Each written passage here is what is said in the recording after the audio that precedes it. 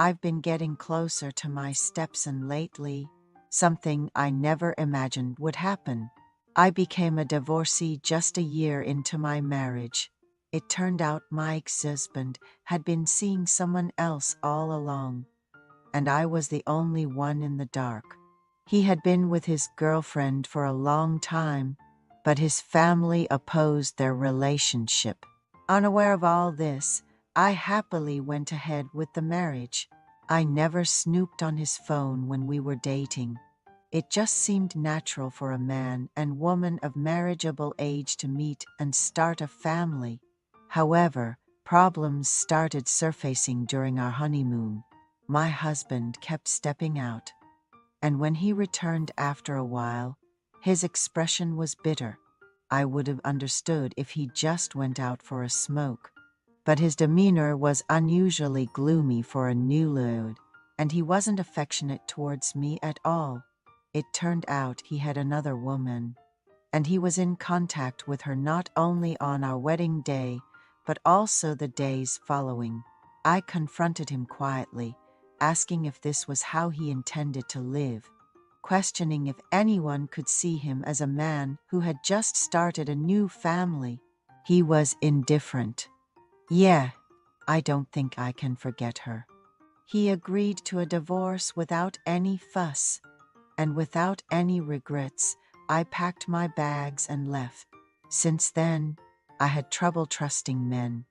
Although it's gotten better, there was a tendency to look down on divorcees. So, I never mentioned that I was a divorcee or that I lived alone unless asked. I didn't open up about my situation unless someone inquired.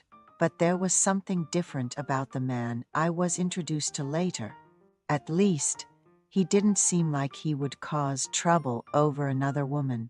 I met him in my early 40s. He was raising a college-aged son. His son was also gentle and handsome. When I got divorced, I was in my late 20s, a time when many of my college friends were getting married and starting families. Looking back, I experienced both marriage and divorce during what many consider the prime years of one's life.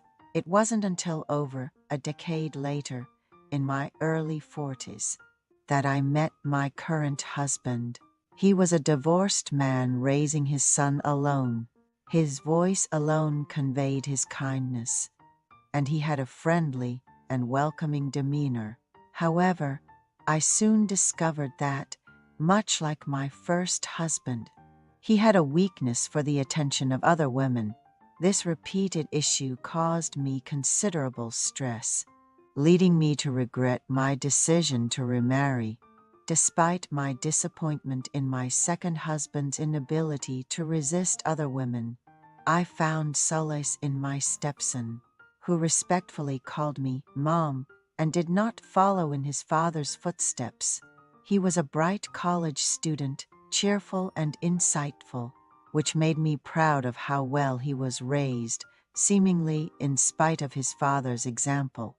Initially, our relationship was somewhat awkward, since I became his stepmother when he was a freshman in college. However, he grew on me as he shared memories while looking through photo albums, watched TV with me, and prepared late-night snacks when his father came home late. His attentive behavior made me feel wanted in the household, and over time, my fondness for him evolved, confusingly seeing him as more than just a stepson. Despite these feelings, I reminded myself of the impossibility of them.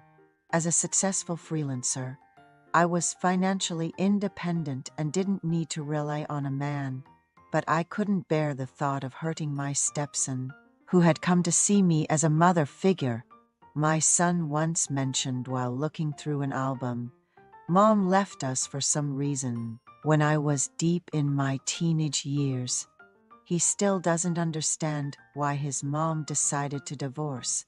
It was clear he craved a stable family environment, and I could see his lips quiver slightly when he spoke about his mom. Knowing how much he longed for her presence, I thought it was right to divorce my current husband, but I decided to hang in there a bit longer.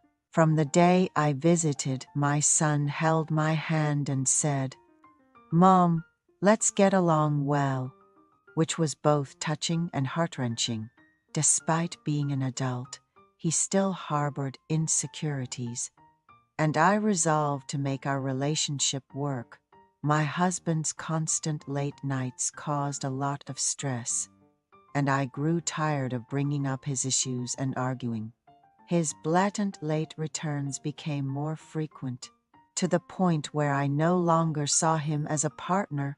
When my son applied for a student exchange program and began studying languages, I felt I had no reason to stay in this house without him, yet the thought of him leaving was deeply saddening. I couldn't get angry at my husband's insincere late returns anymore, but I couldn't bear to hurt my son, who chatted away beside me as I prepared meals. I decided to foster a closer relationship with my son, and oddly enough, alcohol played its part well. As my son got busy with language school, I made special snacks to encourage him. "Son, let's have a beer." "I've got wedge fries today," I said, and he came running in light clothes, massaging my shoulders. We spent the night together until late, while my husband was away on a supposed on-night, 2-day workshop, which I hardly cared whether was true or not. Being remarried and lying alone in a large bed felt lonely, but spending time with my son felt truly wonderful.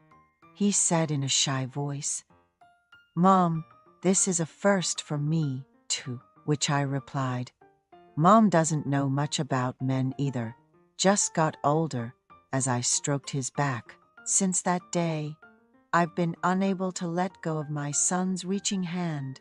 Thinking about him leaving for a foreign country next month brings tears to my eyes unreasonably.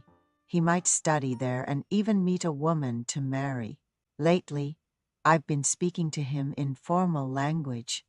At first, he was surprised, but soon he listened attentively with a proud face. To be parting ways with such a thoughtful and deep son. I have no words if you find it suffocating, because he was the first man who truly reached out to me.